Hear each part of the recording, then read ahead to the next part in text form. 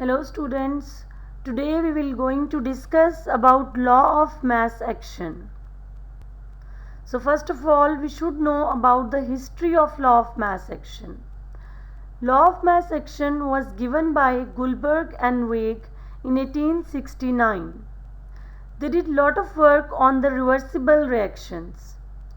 So according to this law, the rate at which a substance reacts is directly proportional to its active mass. This is the first statement of this law. This statement shows that the rate of a reaction, or we can say the speed of a reaction, depends upon the molar concentration of the reactants. The molar concentration of the reactants which are taking part in the reaction are known as active mass of the reactants. For example, hydrogen is combining with oxygen to form water. Now in this case, 2 moles of hydrogen and 1 mole of oxygen reacting together to form water. If we talk about active masses of the reactants, in this equation 2 moles of hydrogen and 1 mole of oxygen is the active mass of the reactants. Here 2 moles of hydrogen are taking part in a reaction. So this will be known as active mass of a reactant. Active mass will be represented by square brackets, and it is represented in a unit mole decimeter cube inverse. The first statement showing only about the individual substances, individual reactants. But if we talk about the second statement, which shows the rate of a reaction is directly proportional to the product of the active masses of the reacting substances. It means we are talking about all the substances which are taking part as a reactant in the reaction. In the second statement, we are not talking about the single reactants. We are talking about all the reactants which are taking part in a reaction. So the speed of a reaction is directly proportional to the product of the active masses of the reacting substances. Means that reactants which are involved in the reaction having their active masses will take part in a reaction.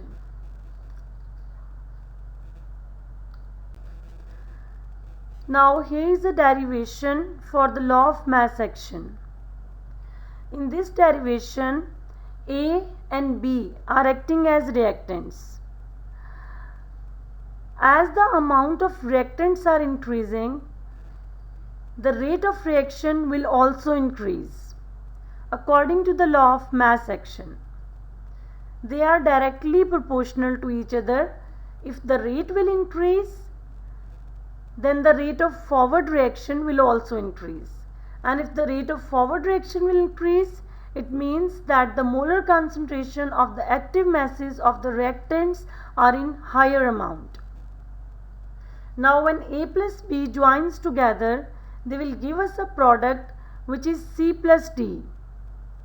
So when reactants are converting into product, it will be a forward reaction. So according to the law of mass action, rate of forward reaction is directly proportional to the active masses of the reactants. When we remove the sign of proportionality constant, we have to add constant and equal sign. So here Kf is representing the constant for forward reaction. Now by removing the sign of proportionality constant, we have added is equal to with Kf. Similarly, when the products will form, the reaction will go backward. In other words, reverse reaction will start. So the rate of reverse reaction is directly dependent upon the products. To remove the sign of proportionality constant, we will add is equal to and Kr, where Kr is representing the rate constant of reversible reaction. According to the chemical equilibrium, rate of forward reaction is equal to the rate of reverse reaction. So by doing this, we have to write the equation rate of forward constant is equal to the rate of reverse reaction. Now by dividing Kf with Kr, we will get a law of mass action which shows that the products will be in numerator and the reactants will be in denominator. We will get a new constant which is Kc. So the law of mass action describes the relationship between active masses of the reactants and the rate of reaction.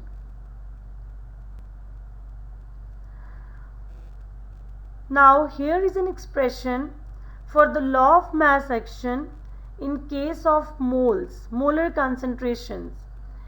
Here the small a and b are representing the molar concentration of the reactants.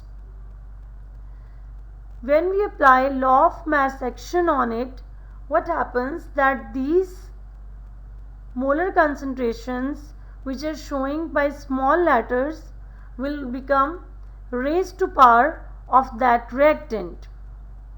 So according to the law of mass action, the rate of a chemical reaction is directly proportional to the product of the molar concentration of its reactants raised to the power equal to their number of moles in the balanced chemical equation of the reaction.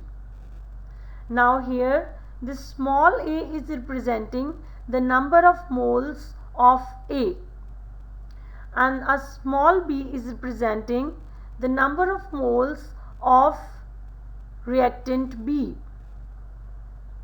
So these number of moles will become raised to power or coefficients of the reactants. Now the rate of forward reaction is directly proportional to the molar concentrations of reactants A and B raised to the power equal to the number of moles in the balanced chemical equation, which is small a and small b. Similarly, for removing the proportionality constant, we have to add proportionality sign. We have to add is equal to and Kf, which is the constant for forward reaction. In the same way, when the reverse reaction will take place, then in the similar way, products will directly proportional, molar concentrations of the active masses of the products will be directly proportional to the reverse rate or the rate of reverse reaction. So by doing a chemical equilibrium, rate of forward reaction will equals to the rate of reverse reaction, and we will find out a equilibrium constant which is Kc by writing products in the numerator and reactants in the denominator. Now here is an example of nitric oxide. In this case, N2, which is a gas, so it is always written in a diatomic form. O2, which is also a gas, so it will also be written in a diatomic form. When they both joins together, they form a product which is nitric oxide. Now here the 2 with the nitric oxide is representing the number of moles.